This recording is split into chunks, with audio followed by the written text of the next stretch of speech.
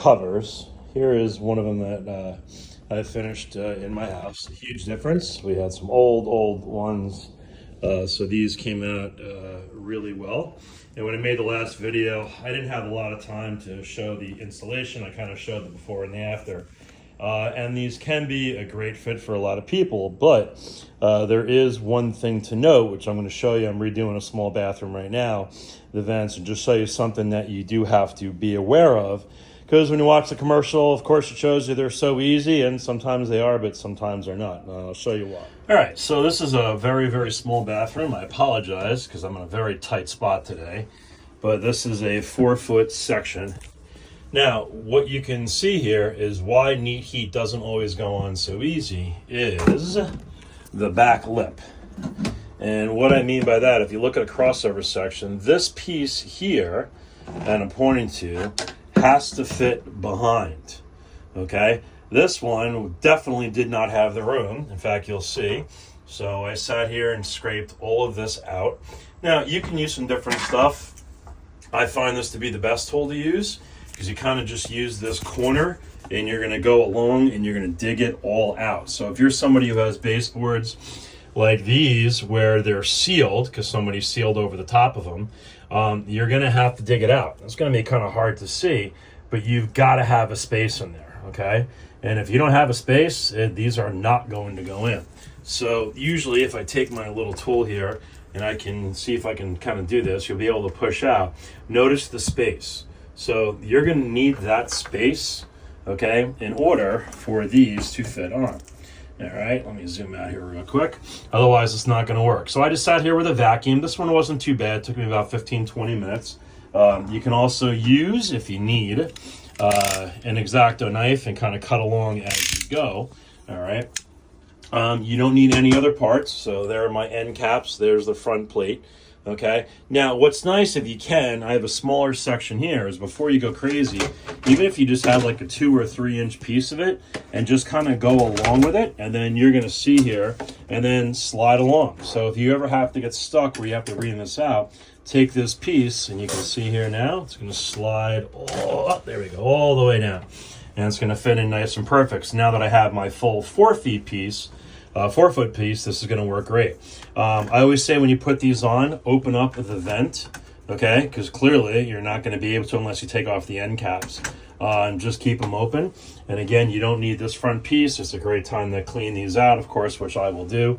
But again, I just want to go over and show you that. Then, of course, after you get them on, then you can just take a quick little bead of caulk along the top, and that way it'll cover it up.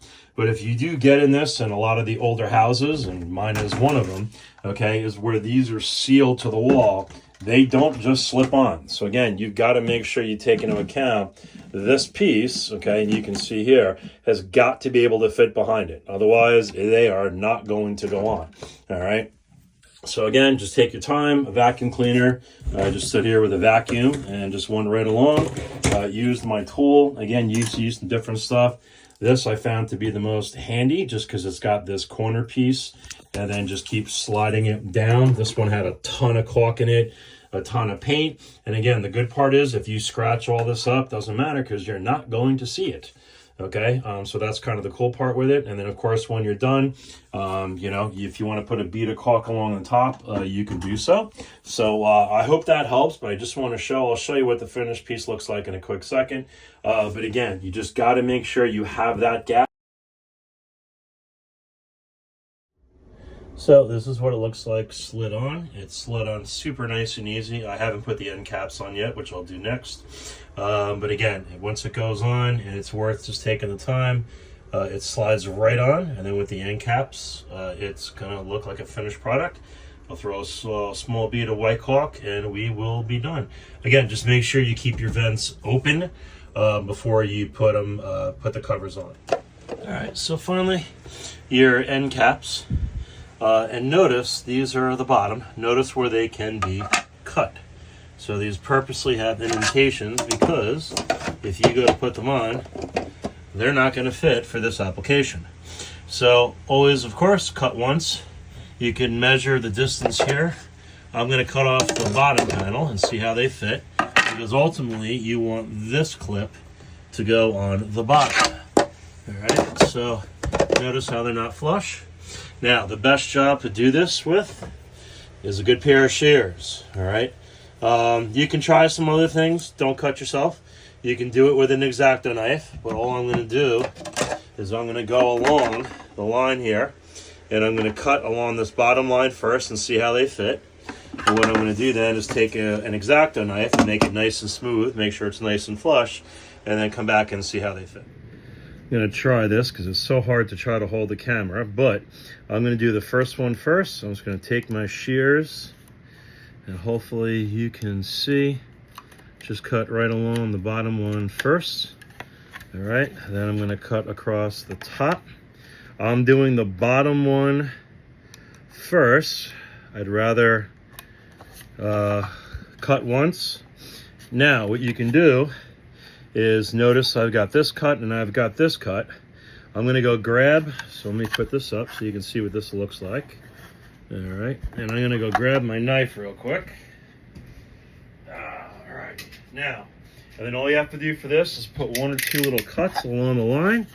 All right, back. So I'm going to take this, take my blade, and I'm going to cut along the bottom, just kind of score it. And then I'm going to go score the other side. All right, and then what's nice is all you got to do is take this, and it bends right down. All right, I'm going to break right off. I'm going to take my knife now. I'm just going to clean this up a little bit. Make sure it's nice and perfectly flat. Not that you're going to see the bottom, but you also want to make sure it's perfectly level on the floor.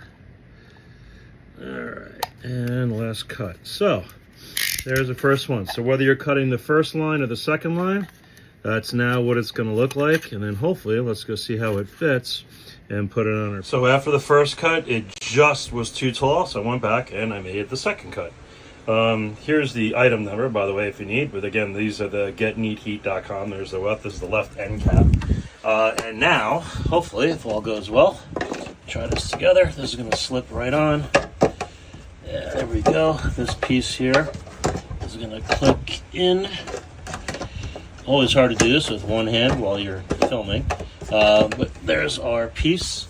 And once I snap this in, all right, which I'm going to do, I just need my second hand. But that's what the piece is going to look like. So I'm going to go back and do the other end, but there's the end cap on this piece. Quick note, just maybe a quick tip when you are doing this, definitely don't just take the first pieces that you see. I got this from Home Depot. I did have to dig through. They just kind of pile it. When I first bought it years ago, they kind of took really good care of it. But sometimes you get pieces that are all scratched up. They're black. When I just went the other day and picked these up, I had to go through a bunch of pieces because some were really scratched and gouged and they didn't look very good. So, you know, and remember again, these are not for electric heat. So again, they even tell you there's a sticker on the bigger one, but it says not for electric heat because it'll melt them.